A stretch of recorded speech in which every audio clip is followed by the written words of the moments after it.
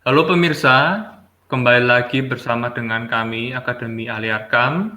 Kita akan melanjutkan pembahasan kita mengenai pengantar ekonomi politik Marxis.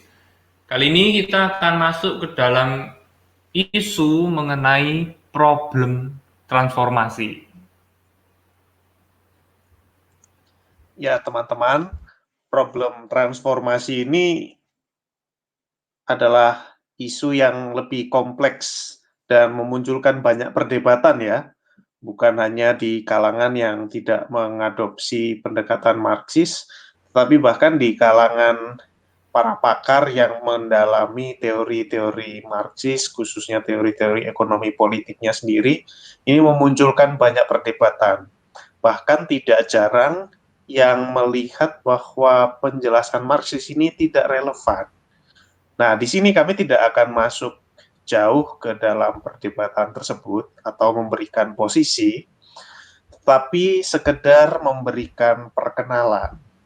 Jadi teman-teman yang mau mendalami, silahkan untuk melihat sendiri literatur-literatur yang ada, dan juga sumber primernya sendiri, yaitu di Kapital volume ketiga, khususnya bab ke-8 dan ke-10.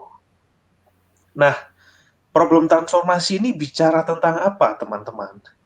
Problem transformasi ini adalah soal bagaimana melihat teori nilai kerja itu ketika diperhadapkan dengan fenomena apa yang Marx pikir sebagai kecenderungan ratanya tingkat laba. Nanti di slide berikutnya kita akan melihat apa yang dimaksud dengan fenomena kecenderungan ratanya tingkat laba ini. Jadi ini adalah sebuah tantangan bagi teori nilai kerja Marx ketika sudah diperhadapkan dengan proses sirkulasi dan kompetisi. Bukan hanya melihat proses produksi. Jadi kalau dalam bagian-bagian sebelumnya, di sesi-sesi sebelumnya, kita sudah melihat bagaimana sirkuit kapital dalam proses produksi, kapital industrial, di mana di situ kerja itulah yang menciptakan nilai lebih. Tetapi, kemudian setelah proses produksi selesai, suatu komoditas itu tentu saja harus melalui proses sirkulasi. Dan untuk bisa dipertukarkan di pasar, komoditas itu harus ditransformasi menjadi harga. Jadi di sini ada proses transformasi dari nilai menjadi harga. Nah, ini yang menyebabkan ada ketegangan di sini atau tensi, yaitu di mana kita tahu sama-sama Marx berusaha melihat, menyusuri bahwa dalam suatu komoditas itu sebetulnya terkandung nilai yang ada atau terkandung karena adanya curahan kerja manusia di sana. Tetapi dalam proses sirkulasinya, barang itu dipertukarkan bukan dengan nilainya, tapi melalui harga. Dan di dalam proses sirkulasi dan juga tatanan kapitalisme yang lebih luas, kita melihat ada juga kompetisi yang menjadi faktor juga di dalam proses ini. Nah, jadi ini melihat teori nilai kerja secara dalam konteks yang lebih kompleks, teman-teman. Nah, ratanya tingkat laba itu apa? Jadi ada analisis tentang bahwa tingkat laba itu akan cenderung dibagi rata antar kapitalis. Sehingga tingkat laba itu sebetulnya bukan hanya surplus yang diperoleh seorang kapitalis dari sektor produksinya sendiri, tetapi dengan rata-rata yang atau tingkat laba yang diseimbangkan secara umum antar para kapitalis. Nah, rumusannya ada di sini, misalnya ya. Misalnya profit yang diraup oleh kapitalis 1, sebut saja kapitalis 1. Nah, kita melihat di sini ada C1-nya, kapital konstan dari si kapitalis itu sendiri, plus kapital variabel dari si kapitalis 1 itu sendiri, tetapi R-nya di sini adalah tingkat laba itu umum. Mengapa bisa demikian?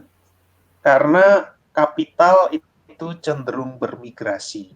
Ketika di satu sektor ada laba yang lebih, di sektor lain ada laba yang kurang. Nah, itu melalui proses kompetisi, kemudian kapital ini akan cenderung bermigrasi dan akhirnya proses itu membawa pada ratanya tingkat laba yang dibagi antar kapitalis.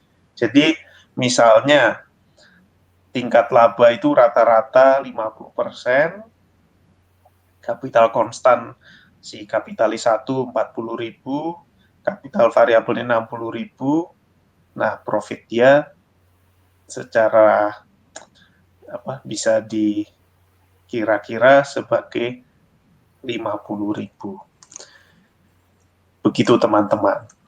Nah, tantangannya bagi teori nilai kerja adalah bagaimana relevansi teori nilai kerja ketika diperhadapkan dengan kompleksitas mekanisme penetapan harga dan distribusi surplus. Nah, ini yang tidak mudah dan memunculkan banyak perdebatan teman-teman. Jadi, ketika sudah diperhadapkan dengan kompleksitas mekanisme penetapan harga dan distribusi surplus, ternyata tidak mudah untuk melihat relevansi teori nilai kerja. Meskipun ada studi-studi juga yang tetap membela relevansi teori nilai kerja ini. Nah, salah satunya dalam yang relatif cukup baru, kami menemukan ini teman-teman, dari seri monograf Historical Materialism, buku dari Fred Mosley di tahun 2017, masih relatif baru, Money and Totality, sebuah penafsiran makromoneter tentang logika Marx dalam Kapital dan untuk mengakhiri problem transformasi. Nah, di sini kita tidak akan mengulas secara mendalam, tetapi di sini Fred Mosley secara komprehensif mendata, mendokumentasikan perdebatan-perdebatan yang pernah terjadi, yang sudah terjadi di antara kalangan Marxis sendiri, termasuk mereka yang merasa bahwa tidak lagi relevan di dalam konteks ini teori Marx. Tapi di sini dia berusaha menunjukkan bagaimana Marx konsisten betul logikanya, khususnya ketika kita mengikuti teori nilai kerja Marx yang dijelaskannya di Kapital volume pertama. Nah, di sini problem transformasi itu bisa terselesaikan. Ya teman-teman, mungkin di kesempatan-kesempatan lain kita akan membahas secara lebih mendetil dan mendalam tentang hal ini, tetapi untuk sesi ini kami hanya akan memberi pengantar dan memberi perkenalan kepada teman-teman. Silahkan mengeksplorasi sendiri, dan juga kemungkinan di waktu ke depan kita akan membahas secara lebih mendetil.